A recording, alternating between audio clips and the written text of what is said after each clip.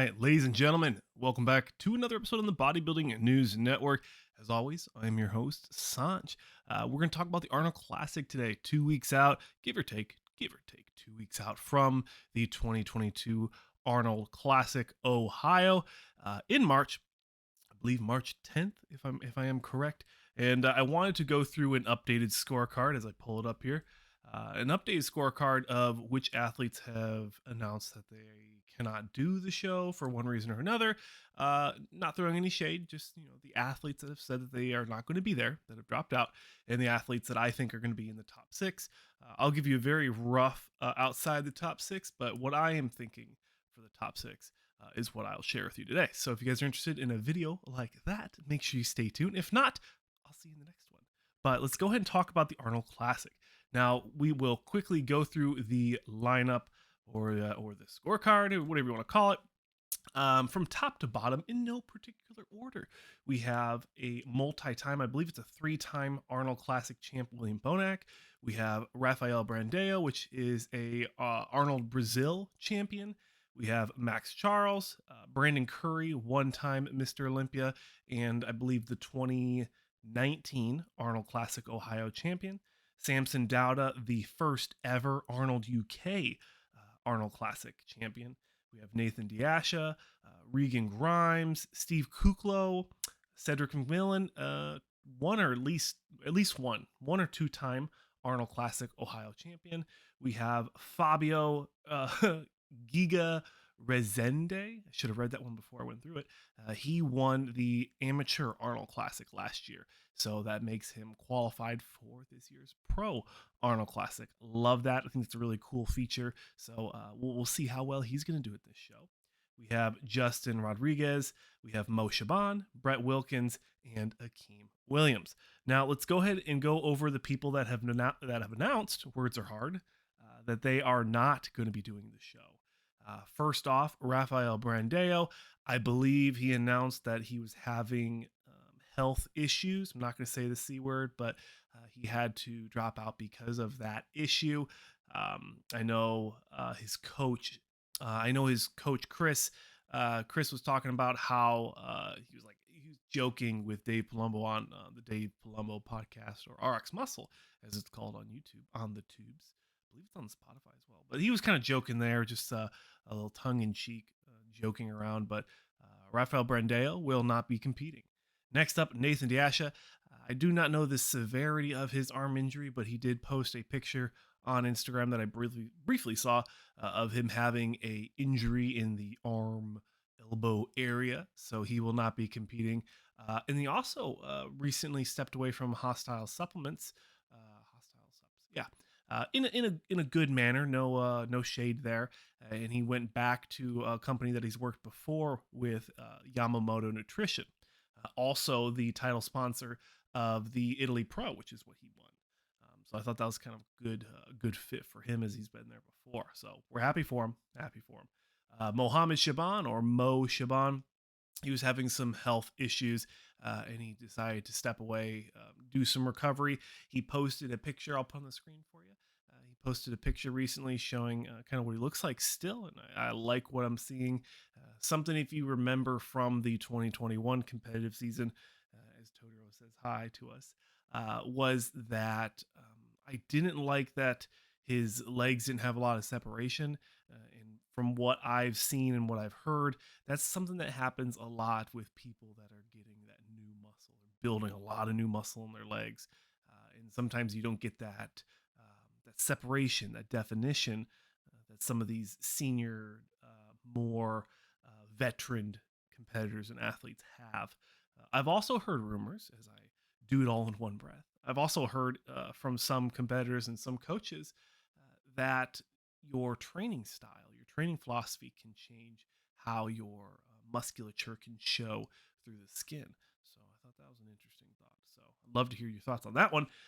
But that is the athletes that are going to be out of the show. And let's go ahead and go through my top 6 prediction 2 weeks out from the 2022 ARnold Classic. In first place, a returning ARnold Classic champion, a Mr. Olympia, Brandon Curry. I think that Brandon Curry has a very solid grasp on the number one spot here, the number one seed, as the basketball people say, to win this Arnold Classic. I think that he will be pushed slightly from the second place, but I think this is going to be a clear victory for Brandon Curry. If you guys think I'm way off, please let me know. But that is my number one pick. Number two, William Bonak, a returning three-time, I believe, Arnold Classic champion in William Bonak. Now, William's stock, and no disrespect to him, I love these athletes, his stock has diminished as of late, especially when you look at some of the comparisons that the different comparison channels have been putting out on Instagram, specifically Fernando Arroyo, Buys and Tries, those guys that put stuff out like that a lot. Shoot, I'm sure Mark's Max Muscle even put out a comparison if you dig deep enough. But I think William Bonac's going to have a really good chance here, a solid hold on that second place. I think he has the record. He is very consistent when it comes to the Arnold Classics. He's very sharp, and I think he's going to make the improvements in the legs as we double back to what I was saying earlier with those comparisons. It shows that he's lost size over the few years. I think it was 2019 or 2017 was very big, very full, and as of late, not so much. So hopefully, what I would like to see is a comeback, a resurgency of that size, of that fullness, while maintaining separation and conditioning. Number three, I think this one is very much up in the air, but I think it's a safe bet. I think Steve Kukla is going to come in third. Just looking at the rest of the competition, looking at their scorecard, their competitive history, and who has competed against Steve Kukla, I think he's a very solid selection to place in this top three. Now, I think he very well could get second and beat out William Bonak, but very big apple and oranges comparison there. You have a very tall gentleman in Steve Kukla, and you have a much shorter, more compact athlete in William Bonak. So that is going to be my third pick. In fourth place, I think Brett Wilkins is actually going to push through a lot of these seasoned veteran competitors and make his name known. I think his stock is very high after the last few shows he did last year.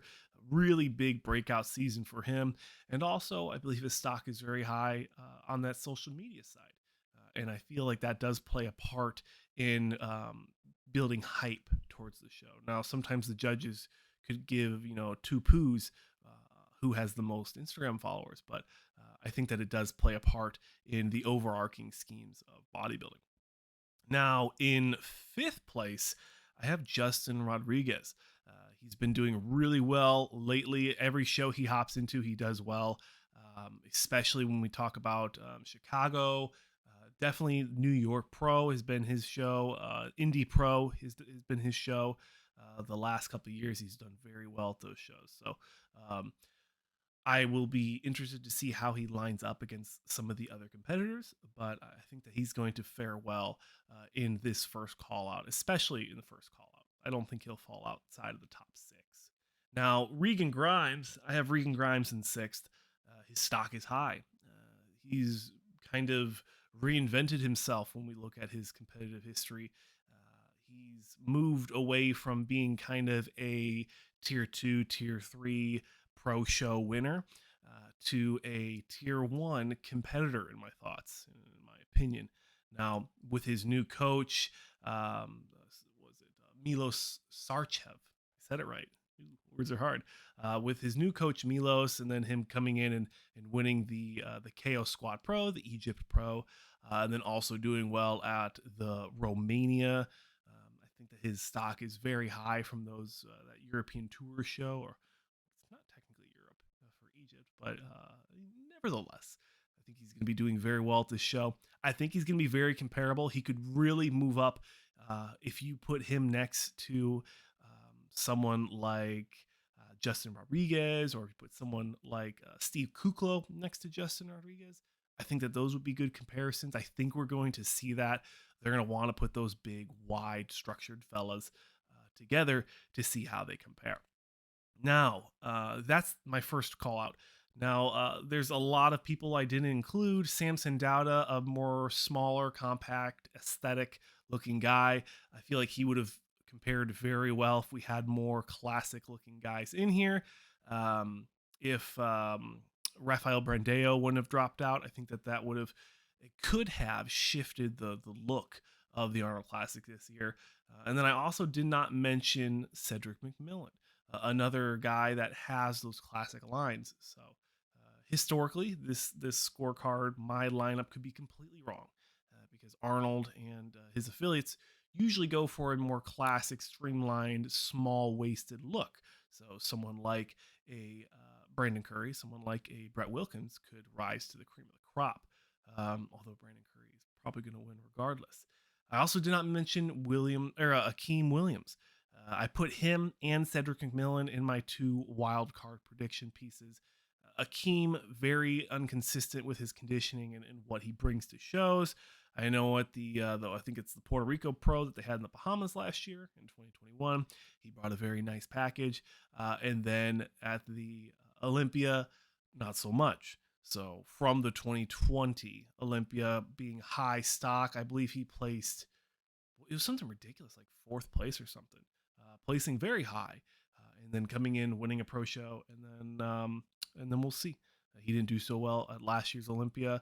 Hopefully, he does well at this year's Arnold Classic, but we will see. He could really go all the way up to pushing Brandon Curry if he really came in lights out conditioning. The separation's the big piece, though. His skin is historically thicker, so sometimes that messes with how the judges see the skin, or how me and you from home watching the live stream see the conditioning and separation. I also would be it would be a crime if I did not mention the Fabio Rezende. I don't know how well he's going to do. Not a lot of competitive history. I don't think he's done any pro shows yet, so this will be his pro debut. So best of luck to him. He could really land anywhere. Max Charles, again, one of those guys. I know all of you, or a lot of you, always think he gets robbed of his positions, of his placings, and I don't know. I'm not a huge fan of his physique, and it's no disrespect to the guy. It's just when you put him next to other physiques, I usually prefer the others. So, and it's not a jab towards Max. He has a great physique. It's just sometimes it just doesn't line up as well as we'd hope. But he does bring great conditioning, great separation, amazing arms from the front, but historically from the back, especially the upper back, musculature-wise, in development, it is lacking. So that's gonna be my pick. I don't think I missed anyone. That'll be my pick. You got a couple of wild cards in there, but I think it's a pretty solid top 6. But let me know in the comment sections below, guys and gals, what your pick are going to be for the top 6. Am I way off? Am I right on point? What are your guys' thoughts about my top 6? I'd love to hear and discuss in the comment sections below. As always, my links are going to be in the description of the video. Message me on Instagram if you have any questions or ideas on topics for another video. But that's it, guys. Check out all the athletes' Instagram links. I'll put them in the description as well. Check out those guys. Support the athletes, as we are fans, and that's how we support the sport. Support the sport. Wow, say that 3 times fast. But that's it, guys. Thanks so much for watching. My name's Saunch. I'll see you in another video.